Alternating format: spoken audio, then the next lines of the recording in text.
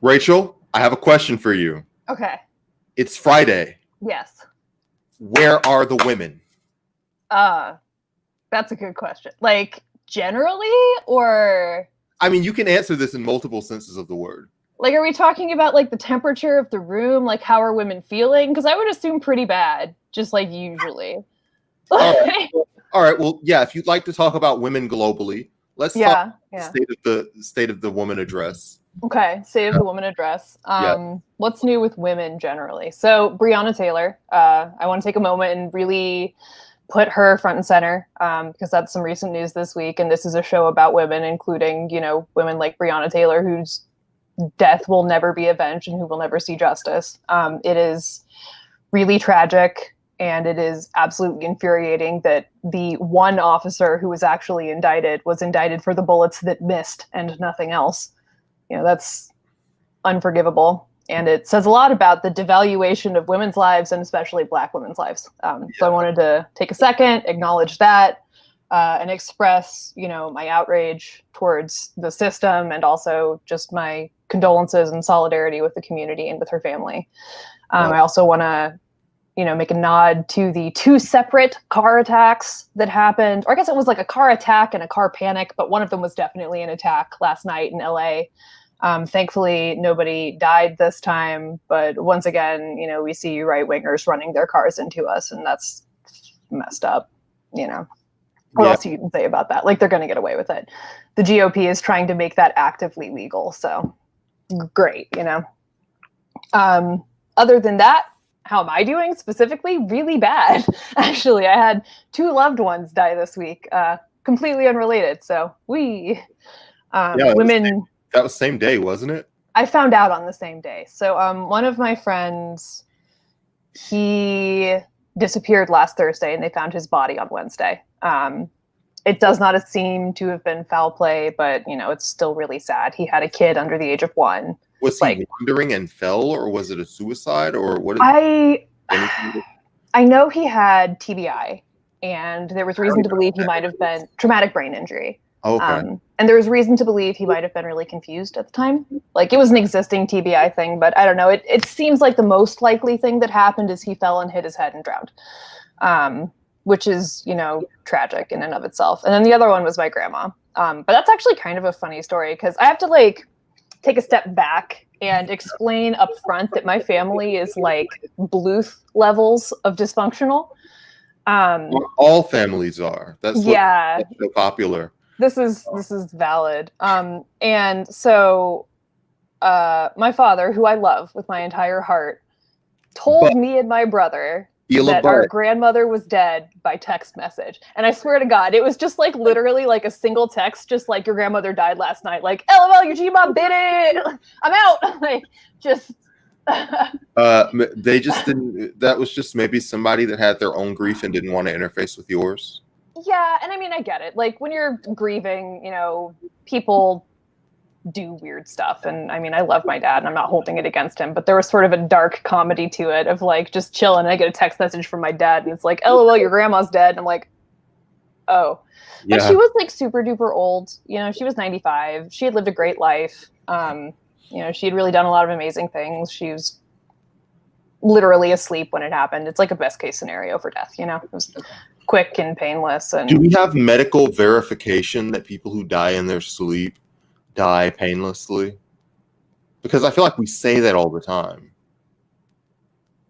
I mean, I don't know. I don't know what happens when we die, Brandon. Like, I mean, from like a medical, like from just a, I mean, I'm sure someone studied it or something. I don't know. Well, okay. This is going to get real, like, neuropsychology real quick. That's what we're here for. We know that when the brain is dying, it starts firing like crazy, like all over the place.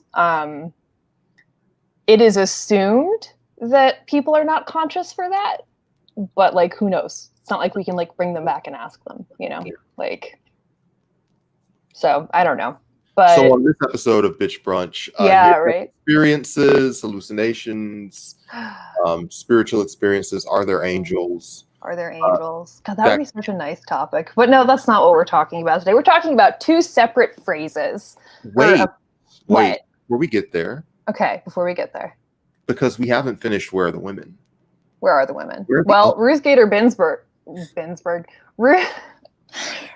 Bader Ginsburg also fucking bit it. So she's dead. A lot of women are very upset about that. I've seen a lot of white women just like wearing collars and putting their hair in like twists and shit like that, as though Ruth Bader Ginsburg was like meaningfully a feminist and not just a woman who happened to come into power, which is a whole separate conversation. Yeah, I've seen people's Twitters just completely transformed over this. And it's like, yeah.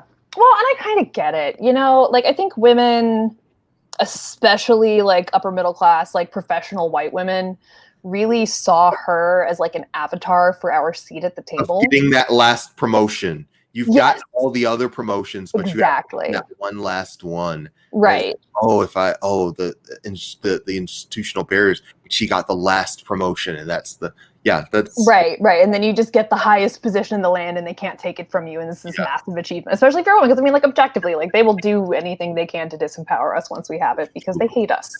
Sure. So I understand. You know, I understand why women identify with her. I understand the kind of grief they're seeing, especially because there is a very meaningful chance that she's going to be replaced by a religious bigot and zealot and reactionary, you know, nightmare of a white man. Who will, you know, make abortions illegal forever or whatever. Are there any other people with sexual assault cases that can go to the Supreme Court? Cross-reference. Joe Biden. I feel like Hear me out on this. Okay. Hear me out. Canceled, but Joe Biden. Instead of running for president, just appoint Joe Biden to the Supreme Court. Sure. It's great. All of America's happy. Literally everyone's happy. Everyone's happy with this. Everyone will love it. Yeah. It'll be great. All people are like, "What the Supreme Court?" And it's solved. It's handled. Yeah. All right. Well, the final Where Are the Women? Mm-hmm. Where are your co-hosts for today? Why am I here? What's happening? You're here. Okay, you're here. Your audience comes in and they're like, "Man, here, what's going on?" What's going on? I mean, I think that. You know, mostly you're here because you're my friend and I love you and you were conveniently located. And I needed somebody else to talk with because I don't have my shit together today. Because I didn't want to just monologue into a camera for 45 minutes or whatever. And, you know, you and I have good chemistry and we're friends. Listen, all of us should practice once a week doing a 45-minute monologue in front of a camera so that if the time ever comes, just do it. I mean, I did like 10 or 15 yesterday. I'm proud of you. Literally was talking about Breonna Taylor and district attorney situation in Atlanta. It's very Alien versus Predator. There's no hope here. Yeah, no, there's not. Yeah, no. It's pretty fucking dark out here right now. Things are bad, you know? Stuff is bad. It's the, I think, refrain of this entire podcast and live stream and media empire that we're building or whatever. Stuff's bad. Yeah, well, generally, the difference between us and like your regular shows is that we ignore stuff pretty regularly and we play Fall Guys. And for that time period, you're doing great. So yeah, you know. Well, and I mean, we're atypically attractive for podcasters, which is probably by podcast standards. This is like a Calvin Klein. Yeah, this is like a Calvin Klein event. You know, especially like left-wing podcasts. Oof. I mean, not to be mean to anybody, but wow. Yeah. Although I will say, folks, get excited. Sometime soon here, I think actually perhaps as soon as next Friday, we are going to be doing a panel about Thoughtaganda. And we're going to have some really cool guests who are pretty famous for being thoughts on Twitter. Yeah. We have been talking to, I think, Merrick for America. We've been talking to Rax King. Of course, we are talking to Rara because she's one of ours. And of course. So, you know, yay. We should have a really exciting panel next week to talk about, you know, sex and media and sex and politics and sex and selling and all that stuff. That'll be this week, you know, we're going to get a little more meta, I guess. So don't yuck my yum. Yeah. Who's teaching you these phrases? The internet. Yeah. You hang out on Twitch for a little while and suddenly you're talking like a cool person. You can impersonate one. And you listen to this show and you get halfway there too. Let's talk about sex, baby. Yeah, that's a good song. Let's do it. All right, so let's talk about sex, but like, more accurately, let's talk about the men who are not having it and why. So there is a phrase, an unspeakable phrase that will get you banned from Facebook. It is men. We can say in the video, right? Can we say in the video? I don't know. Are we going to get blocked from Facebook? Is someone going to report you? For talking about it in the abstract, right? So if you say the phrase, men are trash, does it count if you're talking about it in the abstract? I don't know. I guess we'll find out because you've got just enough haters that one will report you right now. Yeah. So if somebody reports me for saying the phrase men are trash in any context, like, we'll find out, right? Hashtag free Rachel. I'm currently Twitter banned for the next like 7 or 8 hours because I might have possibly given someone the friendly suggestion to light themselves on fire after making fun of the protester who was hit by a car. Well, yeah, all of these leftists, man, they're always talking about getting banned on Twitter. Like, control yourself. It's funny though. You can't get banned on Twitter for saying men are trash. But you can on Facebook, and you will on Facebook, because Facebook is trash, and men are Facebook. Is this like prejudicial speech? Yeah, it's hate speech. They call it hate speech, which is kind of funny, right? So, like, why did women start saying this, right? Like, that's sort of the thing about hate speech. Like, is it hate speech if you are expressing frustration at a group that is more powerful than you? Sure. Like, when black people say that like white people are trash, right? Like, does that count as hate speach? I don't think so. Black people are generally more colorful and creative with that. But well, you know what I mean. Like, but yeah. Yeah. I mean, you can just imagine someone using that argument like this is going to become like a J.K. Rowling thing. Ugh. Why can't I say the N-word? Speaking of people who are trash. You have to now like finally define your personal metric of who holds power and in what situations. Right. It's not like there's a government database of oppression. Like the oppression scales, and she's blind, and it's just got like microaggressions on it. Only. So yeah, how do you find that frequently happens in your neck of the Facebook woods? Well, so 100% of the time, if you type the phrase men are trash and post it, they will remove the comment and or ban you. They take that one very seriously. It's just built into the algorithm. You're not allowed to say it. Wow. Yeah, it sucks, it's right? It's so funny to be the person, the guy that made the algorithm. Yeah. Like, I'm tired of hearing about this. The man that made this algorithm, I'm triggered, and now it is done. My work is complete. Right. I have written the script. Yeah. I have punched it into React. You have a meeting, and the meeting is like of 6 other guys in the tech committee. Yeah, 6 other guys, 7 of which are virgins. 6 guys, right? 7 of which are virgins. Yeah. Right. I mean, yeah, like it's. But I want to talk about where it came from. Sort of like why women say that, right? And like. It's because of our many, many, many terrible experiences. Like, for those of you who follow me on Facebook, and if you don't, you should, I posted a screenshot earlier of a guy I sent a message to on Tinder. And like, I asked him, if you were a flightless bird, what species would you be? And his response was, I don't know, but you're thick as fuck and I need to taste that ass. And I'm just like,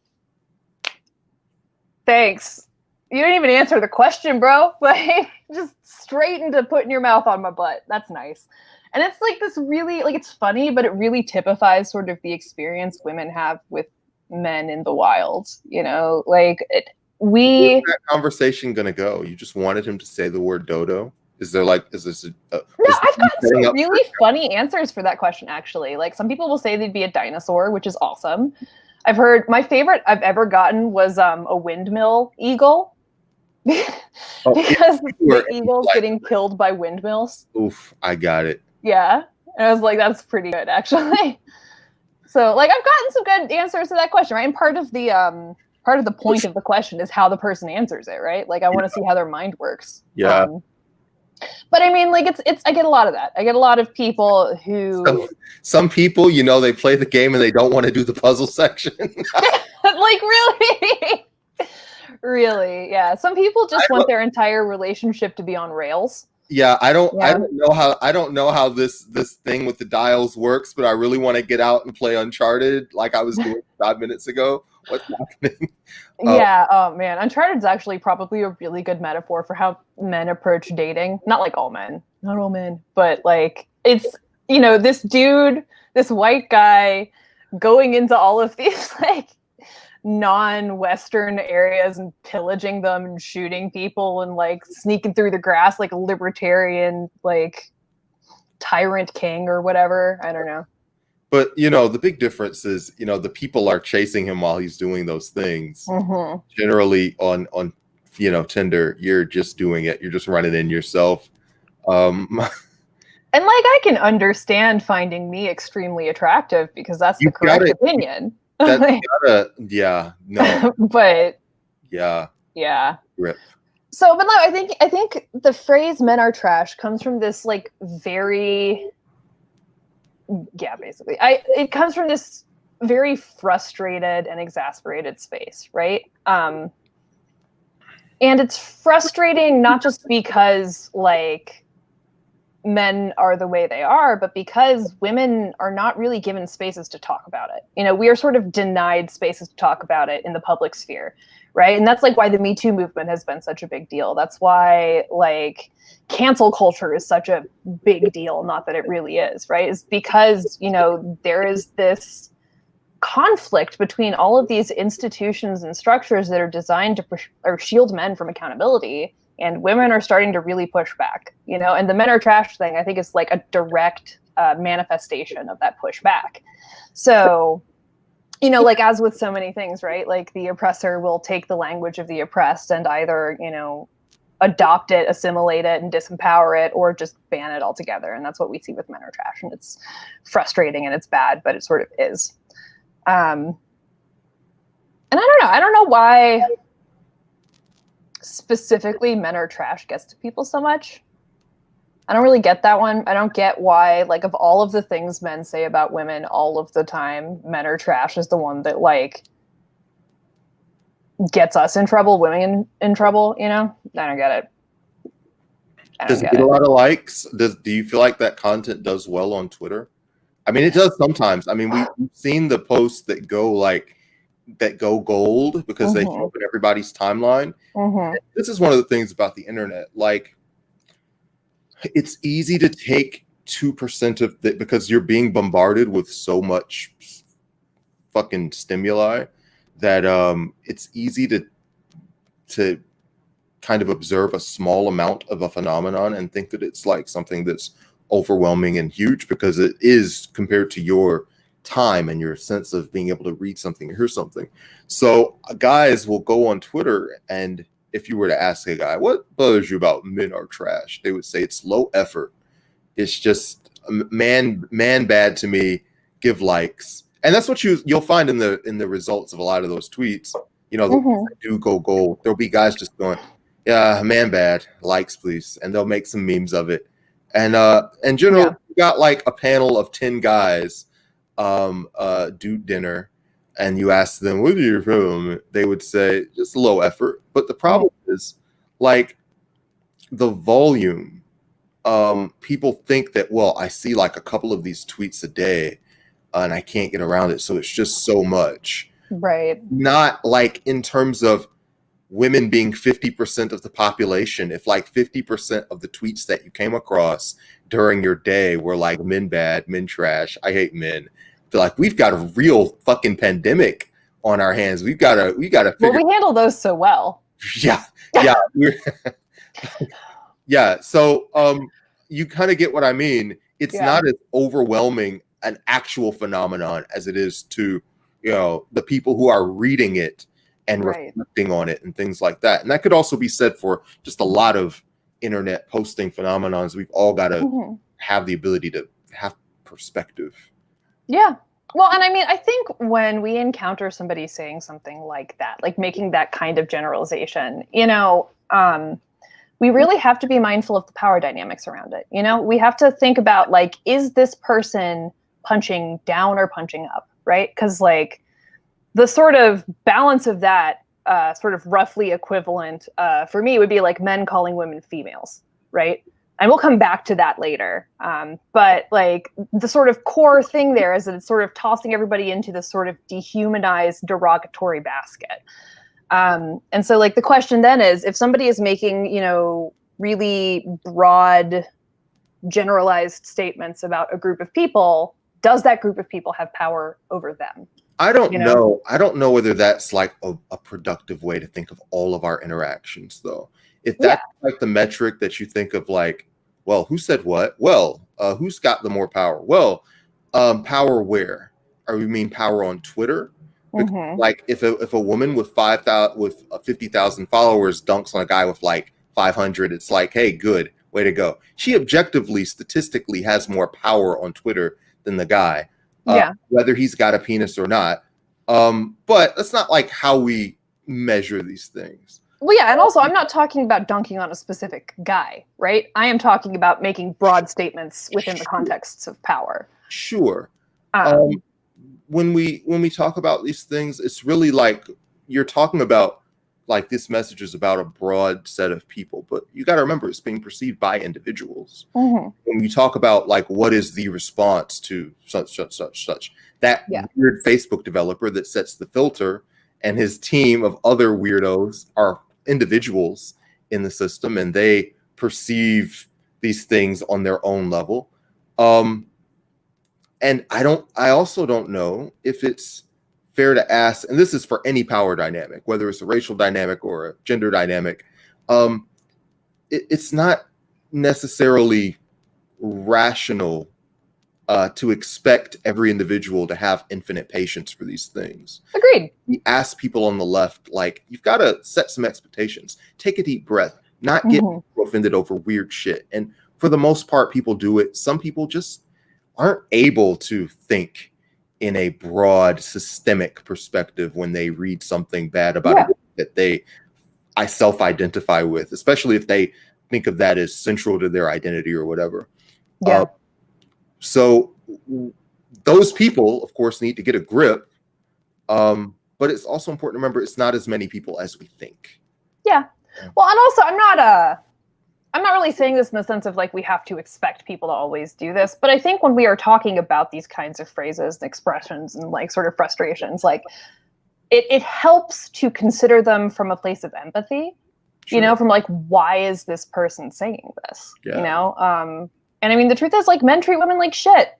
They treat us like shit. It's constant. I get about 60 friend requests a day from men, and I would say 15 of those men will just immediately proposition me if I accept their friend request. And 5 of them will just start blowing my phone up, calling me on Messenger, like the Facebook Messenger app, like calling me on that, like repeatedly until I ignore them, right? And that sort of like boundary violating behavior is just the norm. This is via Twitter?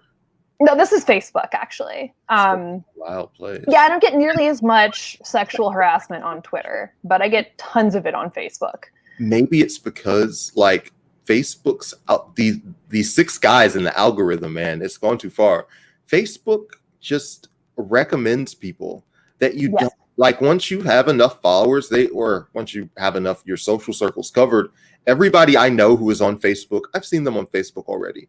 So it starts recommending people who are more and more distant from you. Yes. Like just people you've never really heard of that vaguely knows one person that you vaguely know. And it just feeds you this more of whatever you click on. Right. Well, and I mean, that makes sense. Yeah, maybe they're just being fed more and more vaguely related women to harass because they already are doing that, you know? Yeah. Facebook we were messed up. Go ahead. Yeah.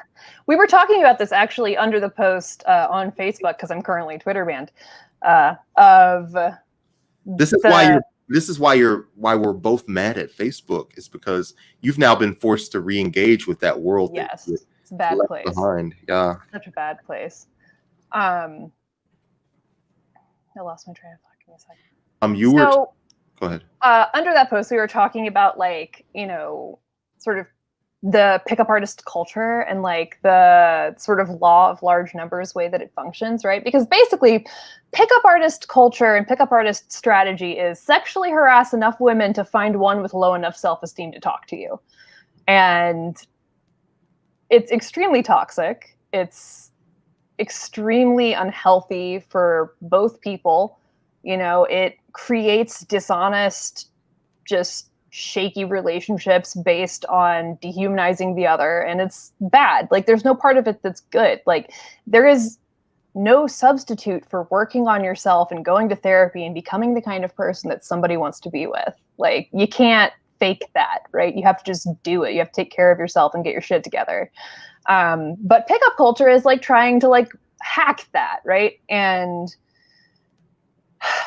I think a lot of it comes from that, right? This idea that it is literally a game. And you just have to hit up enough women until it works.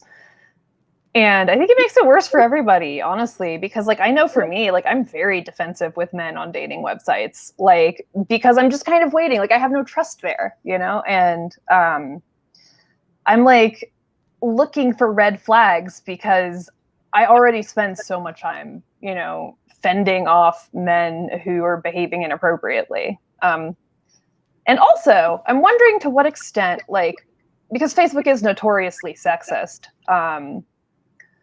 I wonder to what extent that feeds it too on Facebook, right? That like those men are sort of more protected in that space. And I don't really know.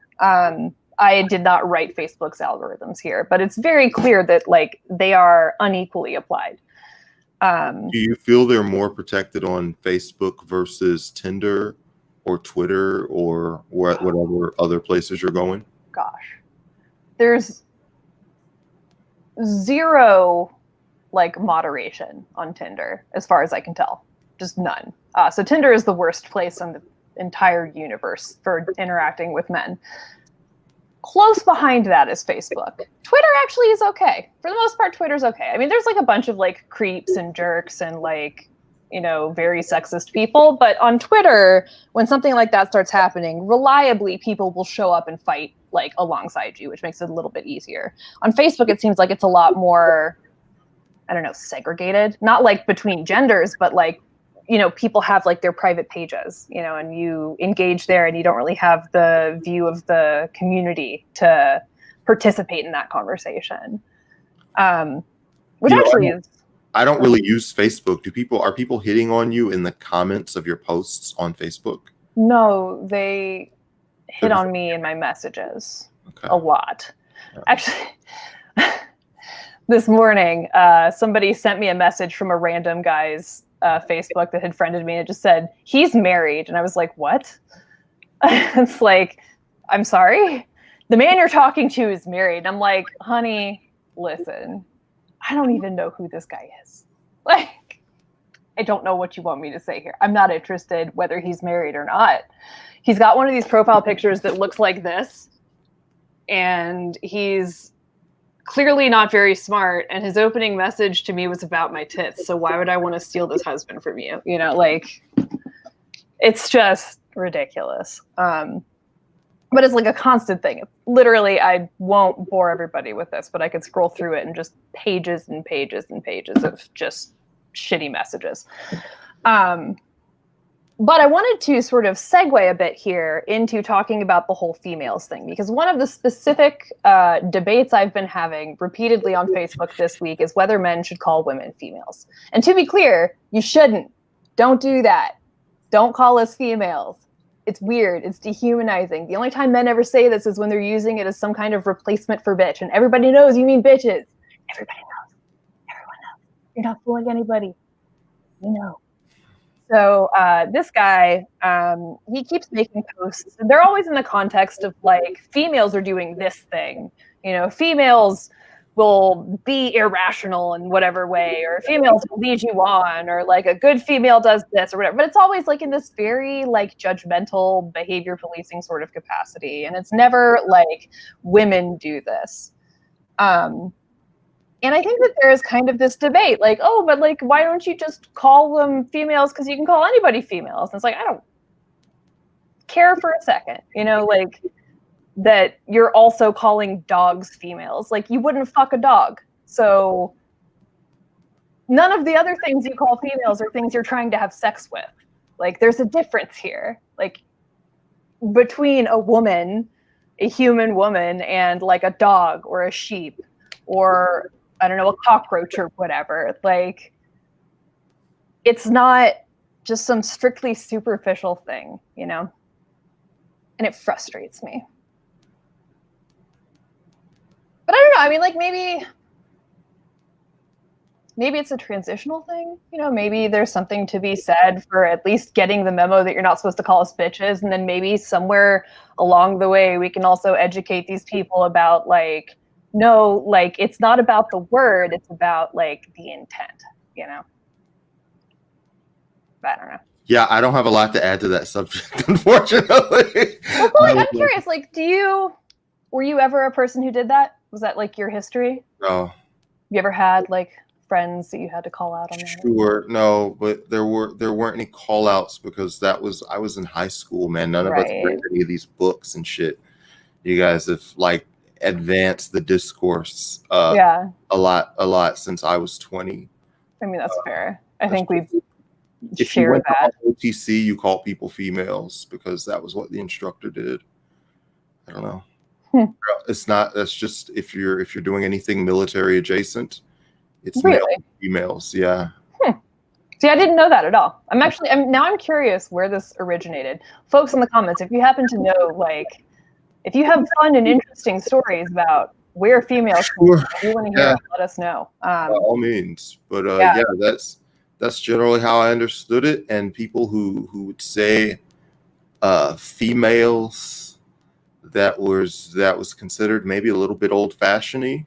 Yeah. I don't think it had any kind of deep implications about gender relations. Yeah. Or if it did, we weren't really noticing or thinking about it. You know who does occasionally say females, and I forgive him?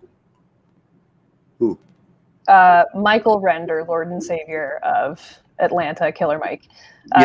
Really funny. The kind of person who would call people females. Yeah, well, there's this like really, really funny video of him like addressing a crowd. I think he might have been speaking for Bernie Sanders or something. It was a political speech he was giving. And he's like talking about how amazing it is to see all the people in the audience. And he's like, you know, we've got white people, we've got black people, we've got Latino people, we've got men, we've got females, we've got gay, we've got straight. And it's just like, oh, you got so close. You were so close, Mike. But I'll forgive him for it because he can do no wrong. We stand a king. Sure. He got in hot water over that Keisha thing, dropped the album the next weekend. Okay. So what happened with this? Because I've been out of the loop. Well, Run the Jewels 4 is probably the most balanced Run the Jewels album. Maybe it doesn't reach the heights of the first three, but every song has a certain level of quality. It's a very good, smooth listen to. Not super long. None of the Run the Jewels albums are super long, but this one's especially compact. And yeah, I give it, like 4.5 out of 5 stars. It hasn't been a great year for music. Everybody's trying to do something quarantine themed. Actually, JID and Village. Yeah, I heard. They just dropped an album this morning. It's fucking good, actually. It's very good. I heard. Yeah, one of my friends is really big into him and got his last album and was talking to me when he was on the XXL list and trying to pump him to me. And he's got kind of for those who aren't familiar with him, kind of like a Kendrick Lamar and a Lil Wayne kind of aesthetic style there. Yeah. It's pretty good. It's pretty good. I would say this album has a lot of Outkast fingerprints on it. Which, I mean, speaking of people who can say females and I'll forgive them. That's you're basically just speaking of black men of a certain age. Like, that's fair. Somebody that's like 5 or 6 years older than me, because it was a little bit dated-y when I was in high school. Kind of. You were just marketing yourself as a very old-fashioned person. So if you went, I guess, 5-10 years before that, probably that was what everybody said. So I don't know. And maybe this is partially regional. I have no idea because I'm from the South. Right. I can't really say what they're saying in Bama. So whatever you're saying in Bama, if you're watching this, you're wrong. Stop doing it. Get there. Absolutely. Whatever. If you're thinking about women, you're wrong. If you are a woman, good. If you aren't a woman, become one. Yeah. Absolutely. Just send men back to hell whence they came. No, I mean, Did you know, Rachel, no one can tell with Just for Men hell? Wait, what? No one can tell with Just for Men hell. Oh no. What else is going on in your irrationally gendered world? I have a date. I managed to brave Tinder enough to get a date. How are you having this much problem finding a single date? High standards? Yeah, I was going to say, do you feel like you have irrationally high standards? I saw the guy. He's I don't mean to like he's a generic attractive white guy. Guys, he's a generic white guy. Yeah. The adjective of attractive is being added by our host as the neutral body. I'm going to say he's like a 5. He's like a regular, maybe a 6. He's like a regular S, dude. I mean, he's like a default looking white guy. All right, let me guy. put it like this. Put it like this. Would he lower or raise the average in our podcast? Neat. Probably.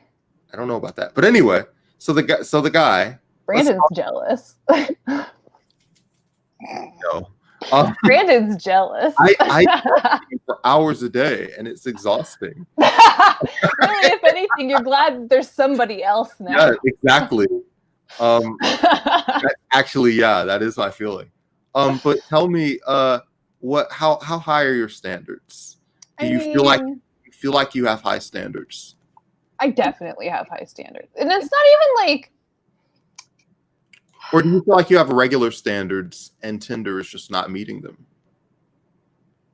I have high standards because I really want a certain degree of communication, skills from a person that most people don't have. Most people are not as verbal as I am. And I really dislike when men in particular are aggressively sexually forward early on. That is kind of an instant deal breaker for me because I have trauma. So that writes a lot of people off. Funny is really important. I can't be bored of a person, and I'm bored very easily. And then, on top of all of that, I would prefer that they be taller than me.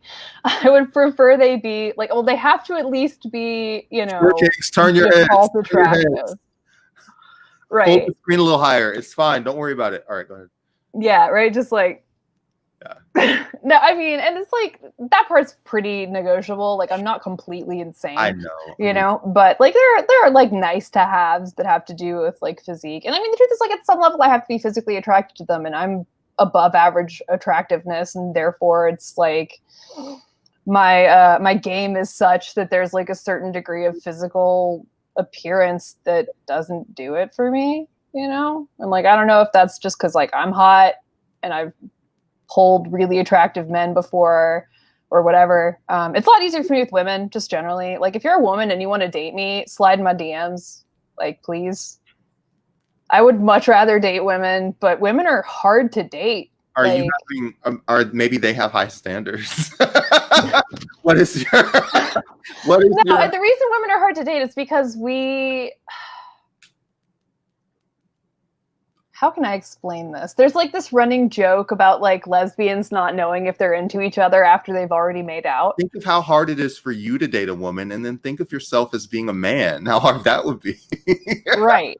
Well, and as a woman, at the very least, men throw themselves at you a lot more. And I think part of the difficulty of being specifically bi or pansexual is that if you're also attracted to men, you will get lots of men.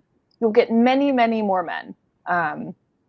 And so the engagement with men is just higher. And then it's also exhausting because then I've spent 2 hours batting off just, monsoon of dicks flying at me. And yes, this is what it is like to be a woman on the internet. Just a monsoon of erections flying at you at all times, battering you. People thought this background was the forest fires, but it's actually the dick monsoon. It's a dick soon. Yeah, it is. Yeah. Anyway. Yeah. So I don't know. What do you think has changed this year? Because your dating life with women has somewhat improved this year. I mean, I've been actively trying to date this year, right? As long as you've known me up before this year, like I broke up with my ex back in October, and then I just took like 6 months off of dating altogether. And then I dated a guy who was dated is a strong word. Right. Then I had sex with a guy who turned out to be an absolute piece of shit. Right. And then, took another 6 months of like trying to be a little more discerning in who I was dating. So the big change is just that I'm dating at all. And actually women tend to have a higher hit rate, just like in terms of likelihood that I'm willing to talk to them. Rachel, you start doing these caucuses every week and who knows what'll spring up. Definitely not my penis or their penis, because there'll be no penises unless you're trans and then you can have a penis. That's fine. Well, this has been great. I know. Do you want to do anything after you want to do a post show, or you think you want to turn it in for the weekend? I don't know. Figure it out. Okay. Well, there might be a post show if we can come up with something to talk about. There might be a post show, but everybody, thank you for watching. We're gonna do Mike Vick. We had an interview with Mike Vick. We taped it like a week and a half ago, and we had this. It was supposed to run last Tuesday, and we completely botched the playing of his tape. We just completely screwed it up. And we've just had such a packed schedule like every day since then that we haven't really been able to rebroadcast it. So Monday, we're going to run that Mike Vick interview, and we'd love for you to watch it and share it with your friends as a make good to Mike, whose video interview we totally ruined. And if you haven't seen the Bad Praxis stream, they were playing Among Us after Majority Report. So twitch.tv/Bad Praxis if you just want like a VOD to watch.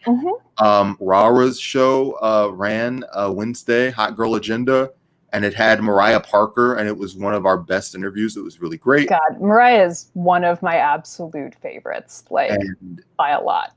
And Sheriff Fuller and Kennedy were also there to do a little panel. It was just a variety show that went on for 3 hours, and it was great. And I think that's all that's going on in our world. Rachel, do you want to promote your Venmo or something? I don't know. Actually, keep a lookout in the next week or so. I'm going to be bottom lining a telethon for William Harris for Georgia 73. He is an extremely cool person, one of my oldest friends, one of the people I look up to the most in terms of just political education and praxis. He is running for the Georgia General Assembly. I'm going to have some really cool guests. I know for sure Ted Terry is going to be joining us and hanging out. I assume there will be a bunch of other people from the show. I actually talked to Mariah about coming for that one and hanging out for a bit. So at some point next week, we're going to do that. And, it'll be a lot of fun. It'll be good. We'll have a great time, and we'll be trying to raise money for Will, whose deadline, I think, is the 30th. And he's great. He's running for the first time. He's running in a small district, but how long is this going to be? Like 3 hours, 4 hours? 2 or 3 hours. Yeah. It sort of depends. And what date? Do we know what date? We're still working that one out. It was supposed to be today, but then my life exploded. So we're rescheduling it to next week, and we'll figure it out then. Yeah, that sounds good. Broadly speaking, thank you to the audience. Thank you to everybody who's here right now. Thank you for being patient with us these last couple of weeks. We have had a lot of stuff going on behind the scenes in the Not Safe household. All of our lives kind of blew up in different directions at the same time. And I think we've been doing a really incredible job of holding it together. But, if there's been any sort of decrease in quality, it's because every single one of us literally is grieving right now. So, it's really incredible. It's unbelievable. How shitty the September 2020 has been for everybody. Yeah. We're really fucking going through it. For the Patreon, $1 gets you to see the post shows, and that offer ends October 1st. So if you're not on top of it, you just don't get the stuff. So I would suggest you get in on it. Mm-hmm. Oh, and Into the Abyss comes on tonight. Yes, it does. We're gonna try to get phone calls. Ooh, that would be fun. Begging for call-ins. Heck yeah. We're gonna do our best. So that's great. That's wonderful. Maybe I'll do a call-in tonight then. That would be dope. Yeah, because I gotta clean my room for this date tomorrow. Like, I need to look like I have my shit more together than I do for this guy that I like. Well, Rachel, we're wishing you the best of luck. Thanks. Hopefully that there's no new content that comes out of your dating frustrations, and you're just annoyingly happy from here on out. It would be so good. No content is good content when it comes to my dating life, actually. That's right. And don't worry, there's lots of people on all of these sites, Twitter, Tinder, Tumblr, that will be frustrated and angry and will give us the material to fight for the larger social causes in posting for years to come.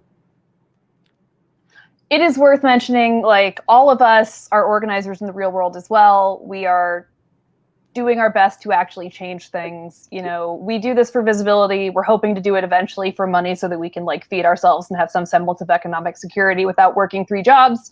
But most of all, like, we're genuinely just trying to break even. And we're about, I think, what is it, 15 or 20 bucks short? Yeah, we're actually close.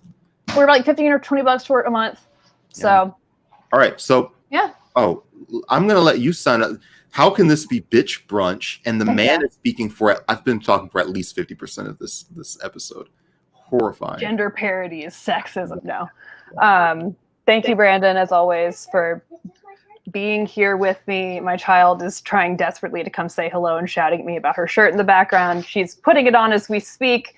She understands that she's not allowed to be on my streams without clothing on. And so she came in like, Mom, I need a shirt. Can you help me put it on? And I'm like, I'm on camera.